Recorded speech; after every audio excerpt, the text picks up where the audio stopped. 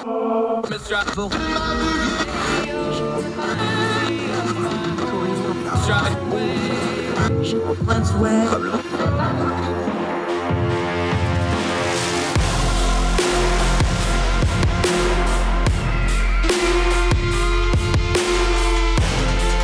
your host, Andrew Donaldson.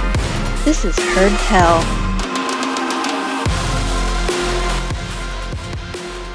Heard Tell show, guerrilla style, because I'm on an appointment, but I really wanted to talk to our friend over in the UK, and because of the time difference, this is how it works out. We roll with it, we adapt and overcome. Another one of our great Young Voices contributors, Bill Bowkett, from over in the UK. He's got a long list of publishing credits. He's also a media commentator over yonder. Bill, thank you so much for the time today, my friend. Appreciate it. No, thanks for having me. Okay, so we've been doing some voting over here. About a week ago, we covered the Irish elections up north, y'all. You had some local elections over there, and although these aren't covered the way like a prime minister election would or something like this is a really big deal, and it is a precursor for some of the stuff that's been going on over in the UK lately, isn't it? Yeah, it was a big test for both political parties, actually. It was a test for the Conservative Party to see what effect that Boris Johnson's administration has had on public opinion over the last years since the local elections we had in 2021, which the Conservatives kind of got a bounce from because of Keir Starmer's leadership, and actually the positive reception that the majority of the British public felt that the Tories had done during the coronavirus pandemic. But this was very different because at the moment, Britain's embroiled in a cost of living crisis. The Tories have also been involved in numerous scandals. There's the partygate scandal, having illicit parties, during lockdown when they weren't supposed having to. There's sleaze around second jobs. There's also another scandal called Pest Minister, which has been coming back from the ashes around bullying and sexual assault. So that in itself was a test to see whether Boris Johnson's premiership has had a negative opinion public perception and their voting behaviour, but also as a test for Keir Starmer to see whether he's solidified the centre ground in British politics, whether he's improved since the years of Jeremy Corbyn and the disaster that was the 2019 general election. And on the whole, it was a mixed picture, but it was definitely a worse set of results for the Conservative Party, who lost over 500 councillors. It was their worst result actually since Tony Blair was the leader of the Labour Party. And while the Labour Party also did well in improving in areas like London and the South, they weren't able to make the gains that they were hoping for in their former traditional seats in the Midlands and in the north of England, or the Red Wall as we call it. And of course, there's a lot of scope for interpretation within Wales, Scotland, and also Northern Ireland, but I'm sure we'll get into those lists later on. Yeah, we will. Let's start with Keir Starmer, because we're going to talk about Boris Johnson a lot here. This is kind of now he's getting elections under his leadership of the Labour Party, just not being Jeremy Corbyn. He got a bounce from that, but now this is his party and his leadership. What is the initial reaction now that we've actually done some voting under Keir Starmer is, and it's only fair to point out the lead going into this, you mentioned it, the partygate stuff with Boris Johnson. Keir got himself in a little bit of trouble himself. How do we parse all that out, and where does Keir Starmer and his leadership stand today as opposed to about a week ago? That's the thing with the results, because actually there was a lot of positivity to take with Britain's biggest opposition party, where, as I say, maybe they weren't able to regain, as many councils or take as many councillors from other political parties in the Midlands North, but they were able to make some kind of modest ground. And like I said, in British politics, we've got quite a strong realignment happening, where we're seeing the Tories doing better in outer suburbs, in the countryside, whereas Labour do better in university towns, London, areas where there are mayors as well. But that was short-lived because Keir Starmer was embroiled in his own scandal around breaking lockdown rules, as we call it in the press, Beergate, where he during the last elections, there was alongside the contest for local mayors and also the councils, as well as Scottish and Welsh parliaments, there was also a by-election for a parliamentary seat in Hartlepool. Key red wall seat is one that Labour held since 1970, since its formation, and then was taken by the Tories. And they were in Mary Foy's office. She's a Labour MP. They were in her constituency office in Durham, a city in the north of England, and over 15 Labour staffers, including Sir Keir Starmer, as also Deputy Leader Angela Rayner, had a curry and a beer when they weren't supposed to, because at the time social mixing was banned indoors. It was only for a maximum of 6 people or two households. And on the day in which the local election results came out early in the Friday morning, Durham Constabulary, the police force over there, announced their own criminal investigation into Sir Keir Starmer's act as to whether they broke down lockdown rules. And as we know from Boris Johnson's own party probe, he was fined. He was given a fixed penalty notice for doing so, as had 100 other members of the government, whether they're civil servants or ministers, we don't know. But now there's a very good chance that Sir Keir Starmer will be fined himself, and he's made a promise that that if he were to receive a fine, just like Boris Johnson did, then he will resign as Labour leader, which will actually force greater pressure on the Prime Minister to resign if he's to follow suit and have some integrity left within him.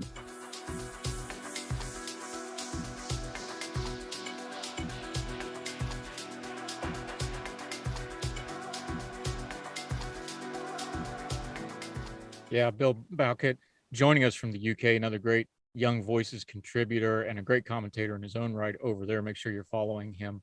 One of the things, the speculation was that Boris Johnson has somewhat rode out the trouble he has is because there's not a clear-cut successor to him in the Conservatives, in the Tories. Is the same true with Keir Starmer? If he holds to this and he steps down, is there a clear-cut successor?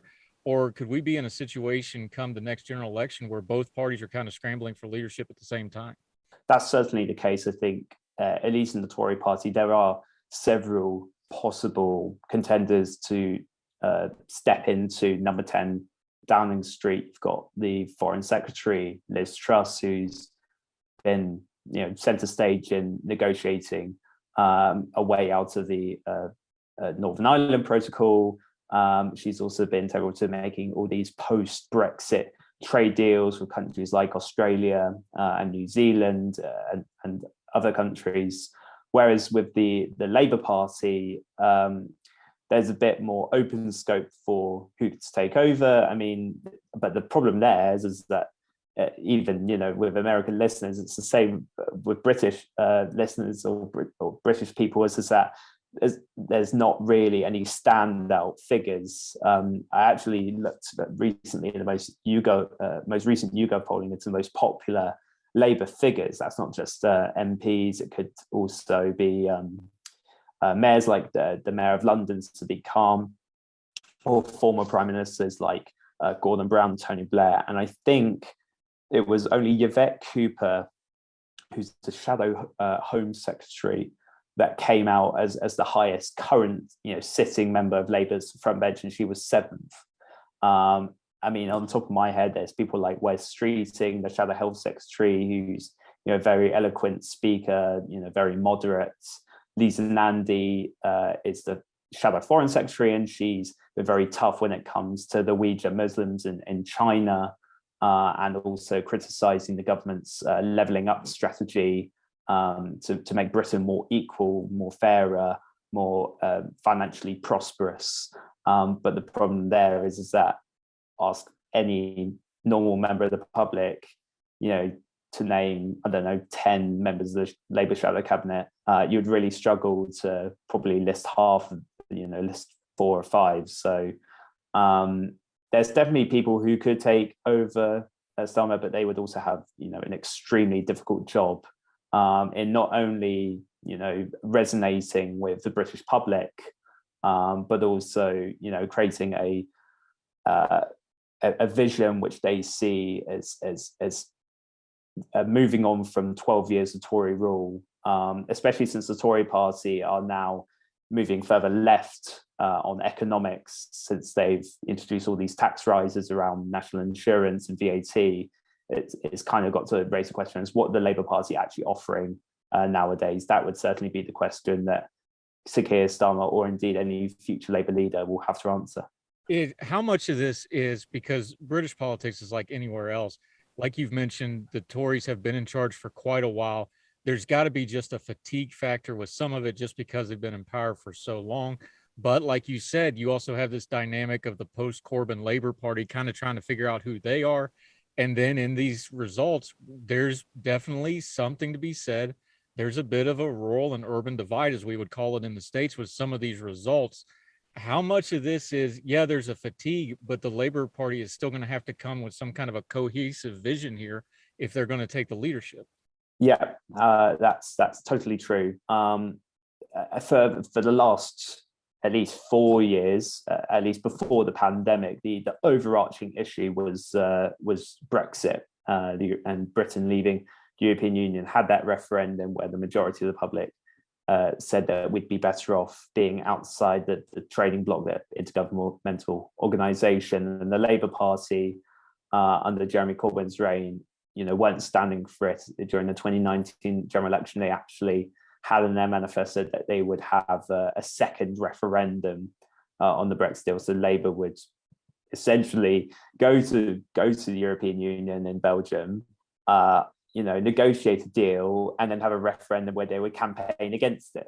And that hurt a lot of voters, especially in the traditional heartlands in the north and in the Midlands, who strongly voted to leave the European Union compared to London and the south of England. So that there's that regional issue, but Brexit is becoming less prevalent. It might be interconnected to things like the cost of living, the price of food, which has been skyrocketing. The Bank of England projects that inflation is going to be at 10% at the end of this year. And because of the way in which the Tories have mishandled the economy by, throughout the pandemic and now post-pandemic, Labour actually leading the Tories when it comes to trust, at least public polling, when it comes to trust in handling and managing public finances. So on the economic side, they do have a strength in there, and I could see come the next general election that they could just simply ask the question to voters, in any election video or during a debate: has your living standards improved under the Tories? And the vast majority of people would say no, and that in itself is a winning formula. It's just, could they incorporate that with a strong message for wider society, for promoting social liberalism, but also proving that they're a more trustworthy party than the Tories, who, like I mentioned, have been embroiled in issues around trust, sleaze and sexual assault and second jobs. It's going to be tough ask. And also the Tories have an 80-seat majority in the House of Commons, and only once in history has a majority been slashed that big. So it's going to be a mighty challenge for the Labour Party. Yeah, talking to our friend Bill Bowkett over in the UK. We're going to take a quick break. When we come back, we're going to get into some of the policies. Every time they have an election, they do a Queen's speech that lays out the agenda. A couple interesting things in that agenda. We're going to talk about Northern Ireland, as he mentioned. Also, some comments from some ministers got some attention on this side of the pond, so we'll bring that up. Bill Bowkett, more with our friend in the UK, right after this on Heard Tell.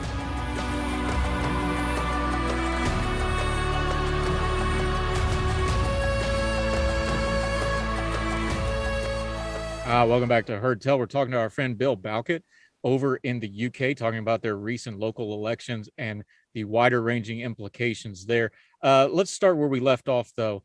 In America, we have the phrase when it comes to the elections, it's the economy stupid. I don't know what the British version of that is, but with the cost of living at the forefront, with inflation as high as it is, now double digits in England, projected to maybe even go a little higher before it tops off. I got to imagine it's the economy stupid is pretty much what's on a lot of people's minds over there right now. Yes. Yes, it is. I think at the moment, as polling shows, I think it's the second biggest issue, at least by public opinion standards. But then, like I say, there's other issues that are kind of tied into the economy. The biggest being the decline in living standards. So, yeah, in the past, we've had other factors that kind of decide people's voting behaviour. And during the Brexit referendum, people were more motivated by cultural factors like immigration, like the rule of law, than they were to economic factors around, marginal decline or trading standards if Britain were to leave, and the fact that we might become, a more isolated nation. And the same was with the 2019 election. The 2019 general election was primarily seen by many people as the Brexit election, as to which party do they feel is going to deliver on the will of the British electorate. But now, with debt as high as it is caused by the pandemic, there's also been some issues around Brexit, around trade and supply issues. And also, we can't forget the war in Ukraine, which is having a massive impact on trade and also on the price of fuel, and also the rise of inflation is meaning that the price of goods are going up. So food prices and prices, in supermarkets are hiking up as well. So is that infamous Bill Clinton quote goes, then yes, I think the economy is by far and away the most prevalent issue that is motivating people, at least on the doorstep.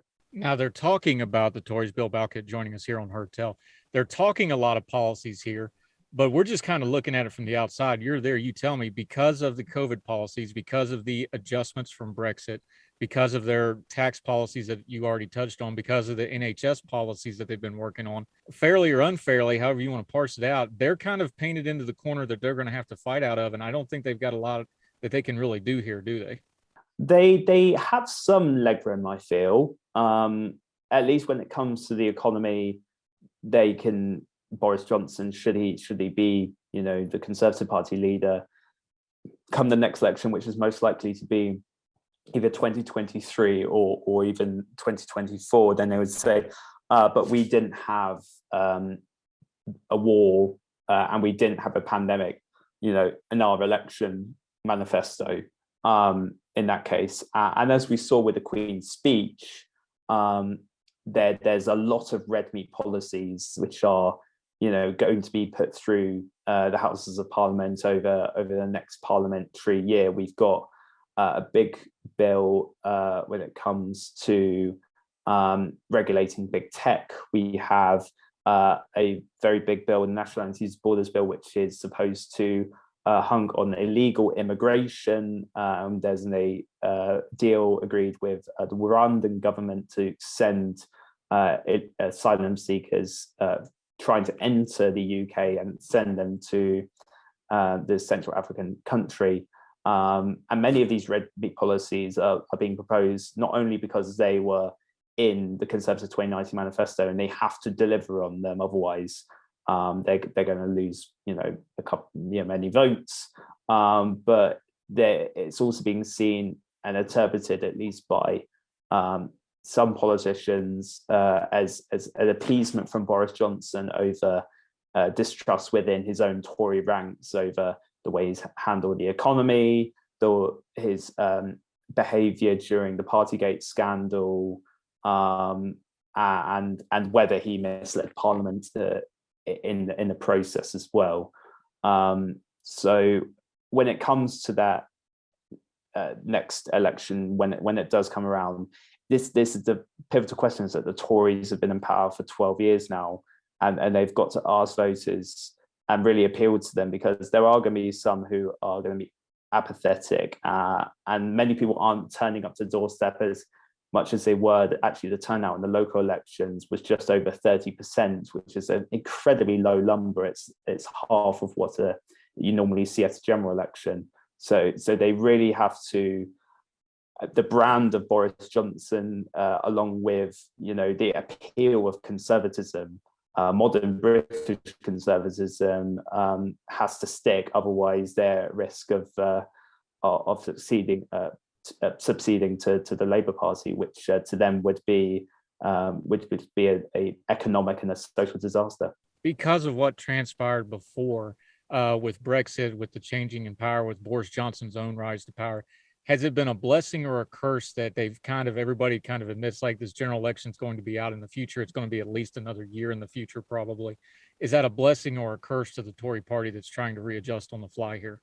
Well, there was one report I saw from Business Insider, actually, Kat Neelan, who heard from several Tory sources that potentially the Tories are eyeing up election this year. And the reason they're doing it this year is because they feel that the economy at this moment of time is not getting any better, with the MPS, as I mentioned, predicting that hike in inflation, hike in interest rates, resultingly as well, that if the state of the economy doesn't improve as they would hope, come 12 months time, then what's the point of holding off for a general election? I mean, that there could be the benefit for Johnson in putting behind some of the more personal Westminster bubble stories, as we like to call them, around sleaze and partygate, because as you're seeing with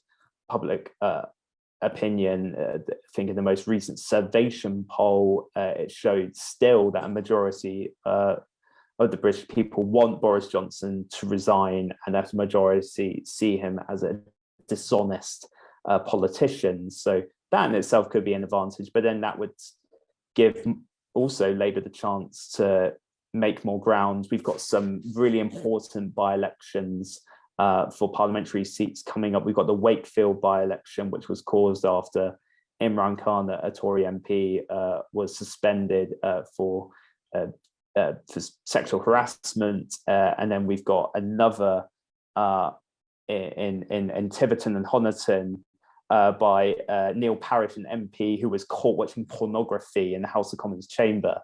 And that in itself will be a test. I mean, local elections, actually, as we mentioned, have more local factors involved in it. And the thing is that parties are able to concentrate all their resources into these different marginals and seats to gain the best advantage. But but I think the most realistic solution as date that we can see is probably going to be 2023. Wait till this Metropolitan Police investigations, partygate, is concluded. Wait until the Durham Police finish their conclusion. Hopefully the situation in Ukraine improves. Wait and see if any of the measures implemented by the Tory, like the energy rebate, actually has any impact on people's livelihoods, and see where to go from there. Yeah, it makes that Keir Starmer promise even more interesting if that should go down. Bill Bowkett joined us real quick before we have to let you go. A lot of the threads that went through all of these issues, we talked about the economy, the leftover wake of Brexit, things like this, border policy. Those are new spins on a very old problem, has risen since the Queen's speech. Northern Ireland is getting messy and it's getting loud. Just real quickly before we have to let you go, what's the results of that? How is that going to play? Because again, an old problem, a little bit of a new spin in it with Sinn Féin taking power in the Republic of Ireland. How's that going to play going forward? Yes, we can't forget the other parts of the UK as well. Before we get into Northern Ireland and Wales, Labour increased their share of the vote. In Scotland, the Scottish National Party increased their share of the vote. So that in itself is going to raise further questions about a second independence referendum over there. But the big story, I feel, throughout the entire general election, as you said, is what happened in Northern Ireland, which is Sinn Féin becoming the largest party in Northern Ireland. So actually the first time that a nationalist party is the largest party in the province since Northern Ireland was created over 101 years ago. And there are far-reaching consequences with this, not only because the biggest unionist party who have been in power there for many a decade, the Democratic Unionist Party, are refusing to go into a power sharing agreement in Northern Ireland, because unlike other democracies in the UK, where we have a majoritarian system, where parties with the most votes would then be able to rule, or if they lack a majority, they would have to be in coalition. In Northern Ireland, the different factions, the Unionists and the Nationalist parties, actually have to work together, and they have to reach consensus. But the Democratic Unionist Party don't want to do it because they see Sinn Féin as historically, the political wing of the IRA. They see that they're going to break up the union. You hear Mary Lou McDonald, the president of Sinn Féin, wanting a border poll within the next 5 years. And then we've got this issue around the protocol, which ultimately the Sinn Féin support, but the DUP don't, because it's causing trade barriers between the UK, the Great Britain, as we know, or mainland Britain, and Northern Ireland. And we heard today that Liz Truss wants to scrap elements of the protocol in order to reduce bureaucracy, but also in turn respect the Good Friday Agreement, which is what has preserved peace in Northern Ireland over the last 3 decades. Just because they won the majority doesn't come, actually, if you combine the different votes from the other parties, then unionism is still the largest bloc, at least among voters. But it's certainly going to put pressure on Boris Johnson. It's going to put pressure on the wider union, and it's going to raise a further question as to Northern Ireland would be better off as part of the United Kingdom, or whether it would want to unite Ireland for the first time, in over a century.